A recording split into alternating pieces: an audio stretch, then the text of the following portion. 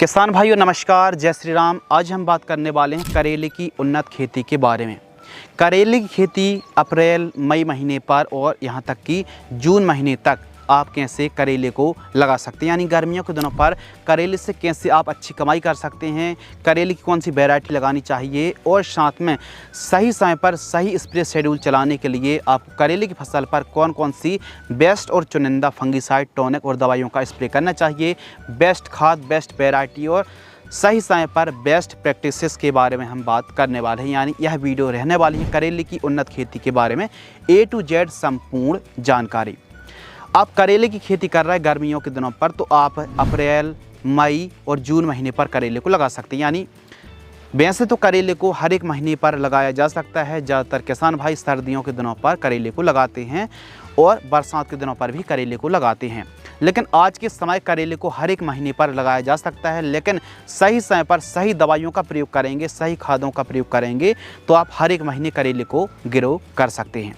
अब आप करेले को लगा रहे हैं, जैसे अप्रैल मई महीने पर करेले को लगाते हैं, तो आने वाले 2 महीने बाद, क्योंकि 3-3.5 महीने के आसपास की टोटल यह फसल मानी जाती है और आपने रख रखाव से, अपनी केयर से भी यह काफ़ी ज़्यादा चीज़ डिपेंड करती है कि यह फसल कितने लंबे समय तक चलने वाली है। कुछ ऐसे इलाके हैं जहां पर वायरस की समस्या काफ़ी ज़्यादा आती है, तो वाइट फ्लाई के प्रॉपर स्प्रे शेड्यूल यानी रस चूसक कीटों के प्रॉपर स्प्रे शेड्यूल और कॉपर बेस फंगिसाइड का आपको स्प्रे शेड्यूल चलाना चाहिए। अब आइए बात करते हैं कि करेले की खेती यदि आप कर रहे हैं तो कौन कौन से टॉपिक पर हम बात करने वाले हैं, इनको हम व्यवस्थित तरीके से समझते हैं।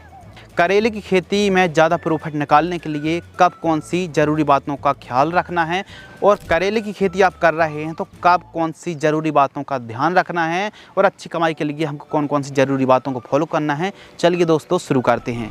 सबसे पहले बात करते हैं उन्नतशील किस्में।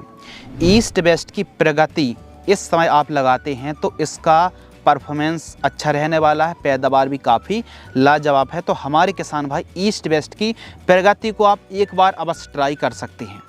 नंबर 2 सकाटा की मोनिका आती है, VNR की आकाश आती है, US एग्री सीड्स की SW 810 भी वैरायटी आती है, US नॉनहेम्स की 13-15 वैरायटी और साथ में सिजेंटा कंपनी की अस्मिता के नाम से वैरायटी आती है। तो इन किस्मों को आप लगा सकते हैं। हमारे हिसाब से गर्मियों के दिनों पर ईस्ट वेस्ट की प्रगति काफ़ी अच्छा परफॉर्मेंस करती है। आपके हिसाब से कौन सी वैरायटी को लगाना चाहिए या फिर कौन सी वैरायटी आपके इलाकों पर अच्छा परफॉर्मेंस कर रही है, वैरायटी का नाम अवश्य लिखना चाहिए। अच्छे तरीके से खेत की आपको तैयारी करना है और खेत की तैयारी के बाद जो आपको खाद यूज करनी है, कम से कम 2 से 3 ट्रॉली गोबर की खाद, 50 kilogram SSP, 50 kilogram DAP, 20 kilogram MOP का इस्तेमाल आपको करना चाहिए। 1 एकड़ में 500 ग्राम से लेकर के 600 ग्राम सीड्स की रिक्वायरमेंट पड़ने वाली है।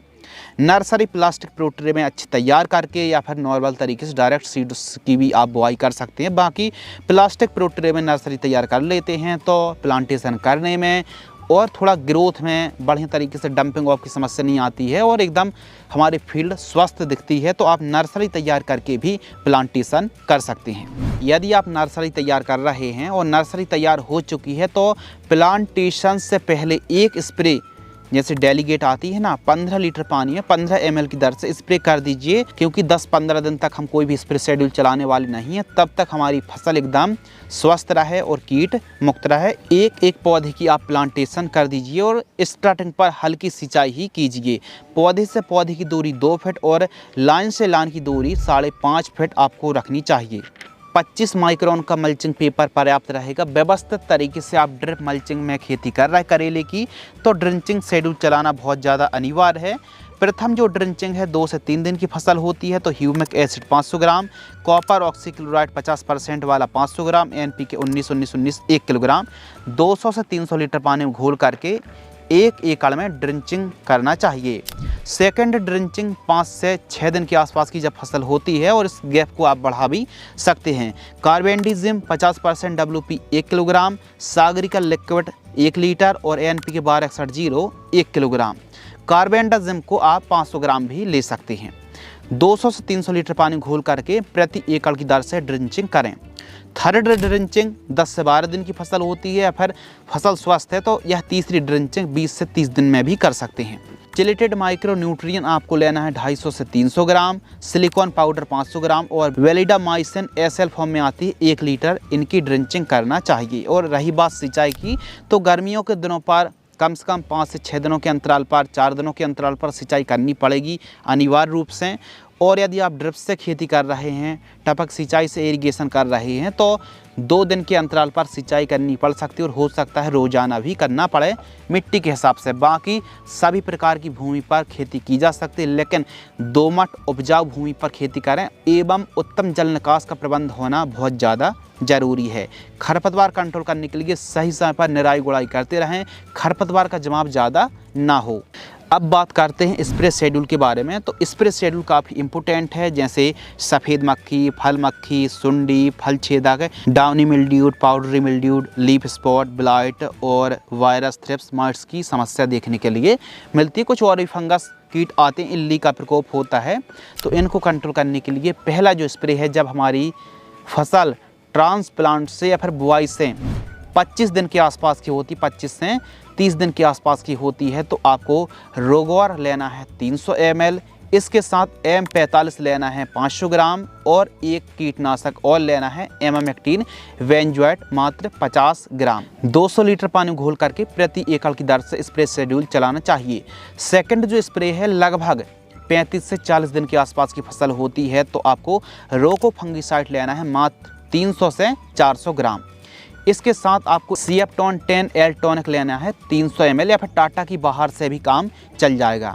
तो इन दोनों में से कोई एक टॉनिक लेना है एवं बायर कंपनी की सोलमन इंसेक्टिसाइड 120 ml।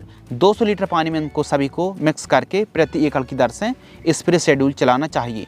तीसरा जो स्प्रे है, जब हमारी फसल लगभग 55 से 60 दिन के आसपास की होती है, तो आपको कवच फ्लो फंगिसाइड लेना है लगभग 200 से 400 ml के बीच में। और आपको एक कीटनाशक लेना है एमामेक्टिन वेंजोएट 5% SG वाला 100 ग्राम। एसी टाइम पर 20% SP लेना है 100 ग्राम। और PI की वायोवीटा आपको लेना है 400 ml। 200 लीटर पानी घोल करके स्प्रे करें। फोर्थ स्प्रे 70 से 75 दिन के आसपास की जब हमारी क्रॉप होती है, तो इस समय हम ले रहे फेंटेक प्लस टॉनिक लगभग 100 ml।